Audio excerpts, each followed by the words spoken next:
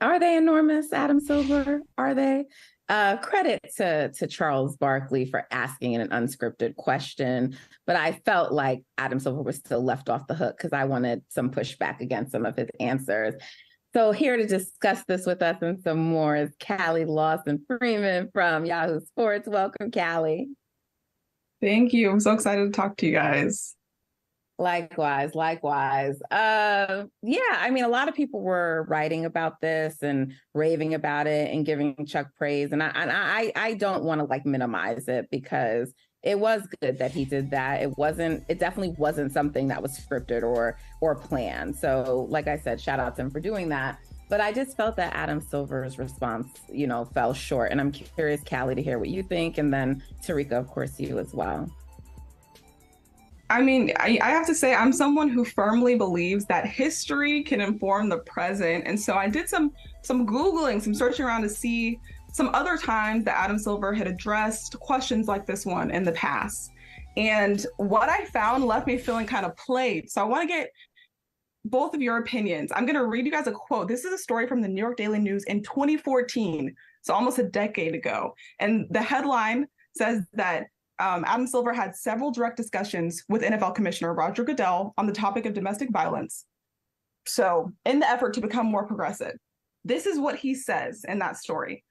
Quote, "Of course, we can all ratchet up discipline." I'm reading off my phone, by the way. "We can all ratchet up discipline, but the ultimate goal here is to educate our players, educate our teams, so we can further prevent additional incidents. Again, we're studying it. We're focused on it, but we'll probably see additional changes to the policy in the coming weeks." Does that not sound almost verbatim, like what he said What year was to it? Charles Barkley? This was in 2014. Yeah. 2014. Wow. I mean, look, we all know it was bullshit anyway, like his response. But you cannot have Miles Bridges still playing in the league and then be talking about the consequences. Like, if you cross that line, then, what's the line, Tarika? What is the line? That is exactly the question that needs to be answered. Like, what exactly is the line that makes it different from educating to, okay, now there's a consequence associated with your actions? Because I would think that there is a way that both things can occur at the same time. As you and I have both said on numerous occasions, Nat, playing in the NBA is a privilege. It is not a right. It is not something that you have to have. It is a privilege that you have earned through whatever it was that you were doing from a basketball talent standpoint that led you there. Once you do things that I would say tarnish the brand of the NBA as well as your personal humanity and integrity, like engaging in domestic violent acts, you have lost your privilege. And I would also say that same thing when it comes to sexual assault victims, right? Like, at the end of the day, the NBA is a private entity, so you could absolutely still allow the justice system to do their due diligence and play their part,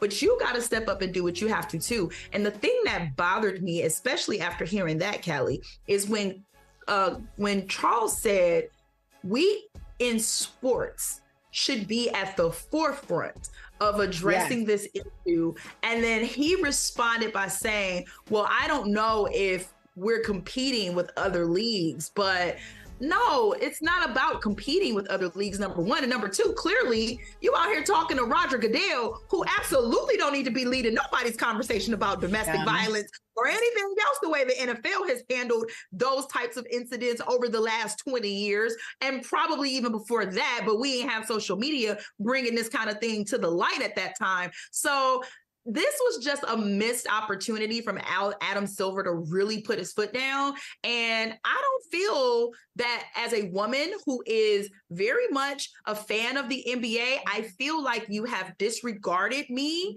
if something like this were to ever happen to me and other female fans of this sport.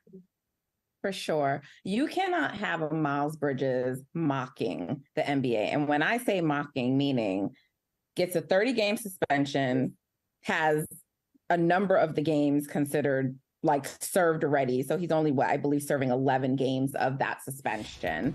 Then have another incident, while he's on suspension, get arrested, get a whole new mugshot, get out of jail, get bailed out, go to practice and tweet to show us that he's at practice. You cannot have that kind of behavior and then talk about consequences when you cross the line. Because what has to happen? And I'm not trying to put anything bad into the universe, but what has to happen to one of these victims for the line to be crossed, right? I mean, it feels like, because the thing is, I feel like people think the Kevin Porter Jr. case was more egregious, but the Miles Bridges one is pretty egregious as well. And so they're, to me, not that distinct yet. Yes, Kevin Porter Jr. is out of the NBA right now, right? Like, he got traded to OKC and they cut him right away. He's unlikely to get picked up, but Miles Bridges is still playing. I don't understand it. I don't get the difference. Hey, thank you for watching Brother from Another. If you haven't hit that subscribe button, go ahead and do that now. Don't forget, you can catch us 3 to 4 weekdays on PeacockTV.com and on Sirius XM Channel 85.